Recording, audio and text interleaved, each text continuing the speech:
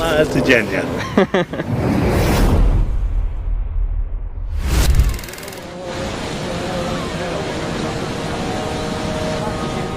The floods in Pakistan have been devastating. A third of the country, the size of Britain, has been affected. I'm working with One Ummah who have a 100% donation policy and are currently on the ground to ensure your money is spent well. Donate via the link below. Assalamu alaikum guys, and welcome to another episode of Smile to Jannah. So today I wanted to talk about a news story that's broken and it's been discussed by a lot of people, and I looked in a few news sources. I looked at Siyasat, Pakistani newspaper, I looked at Middle Eastern Eye, the New Arab.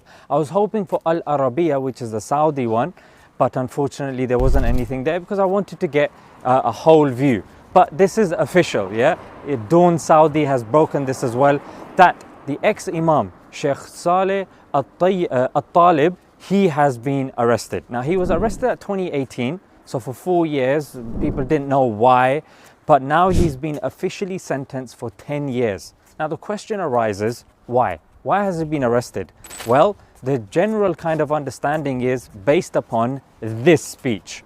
احذروا الحفلات الغنائية الكوميدية والسينمائية وإن زعموا أنها ترفيهية فما هي إلا مشاريع تغريبية بخطوات مدروسة تدريجية وضوابط تغريبية لا ضوابط شرعية. ترفيه ليس لهم عندهم بدائل غير المجون والغناء والرقص والاختلاط، ما هو إلا عار وخزي ونذير شؤم على البلاد حينما يقدم الشواذ كقدوة للشباب. So as you guys can see, he is talking against and he's condemning these public free mixing and these concerts, which is part of Saudi's vision of 2013, where they're trying to modernize. Now, they're trying to modernize in terms of AI, in terms of bringing, corporations in and stuff like that. But what we're interested in are these concerts. Yeah, these musical concerts, which again goes against what we know of Saudi. And the thing is, some of you might be thinking, oh yeah, but that's Saudi, let them do what they're doing. But look, here is the Imam of Kaaba. Yeah, now this is something that concerns the Ummah. You know, Makkah and Medina is, something that the Ummah is related to and is linked to. So this is concerning to us, that if somebody is speaking out against something that, let's face it, it's incorrect, it's wrong. Yeah, and if you want to do that, then that's your call, but don't start arresting the Imam of Kaaba. That's just messed up. So in that regard, what Saudi's general kind of trajectory at this moment in time is, they are trying to liberalize. Yeah, now liberalism is something we're familiar with here in the West, yeah, because we're following political liberalism and liberalism in its morality and stuff like that. And I can tell you what liberalism has done in this country. Families, the family model or the family unit is breaking down. Oh yes. Why? Because feminism again is a consequence of liberalism, and by the age of 21, women in this country have at least 9 sexual partners. 70 to 80% of divorces are being instigated by women. So the way women have been targeted and used as a pawn in liberalism and stuff like that, I mean, it's clear. And if the women are not solid in a family, then of course the family unit falls apart. On the other hand, you've got LGBT. Yeah, they don't even know what gender there are. There's over 100 genders. You know what I'm saying? Science isn't taken seriously. What is a woman? You've got the opposition party here, Keir Starmer, and his cronies saying, women can have male genitalia. So this is what we're dealing with. Kids as young as 4 are being taken. Yeah, they were taken to Tavistock and Portman, which is supported by or funded by the NHS.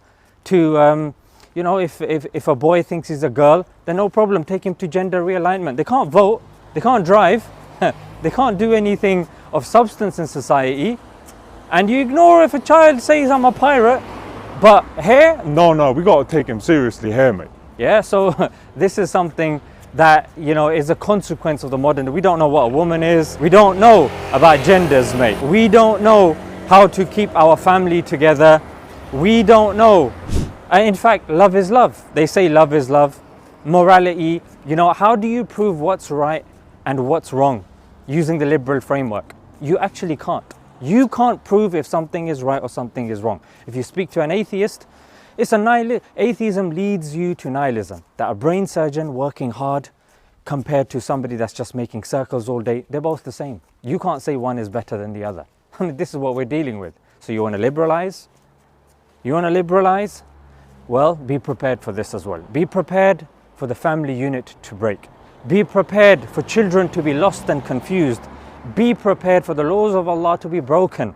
Be prepared for chaos. If you use the non-Muslims as a yardstick, it's going to be a problem, because there's a reason why Islam is the fastest growing religion. Because Islam should be the yardstick. That's the thing. Islam should be the yardstick rather than the other way around. Now, people make mistakes, and we advise each other as Muslims, and we do the same over here as well. Maybe they don't know, and maybe they see a rosy and cozy Hollywood picture of the West, because that's what Saudi is trying to do. They're trying to kowtow to the West. That, whoa, what does the West think about us? So, yeah, I wanted to share this and share my concerns about this as well. I'm sure you guys have concerns as well, that this is not a good path that they are going down, especially using liberalism. I mean, what a weak foundation.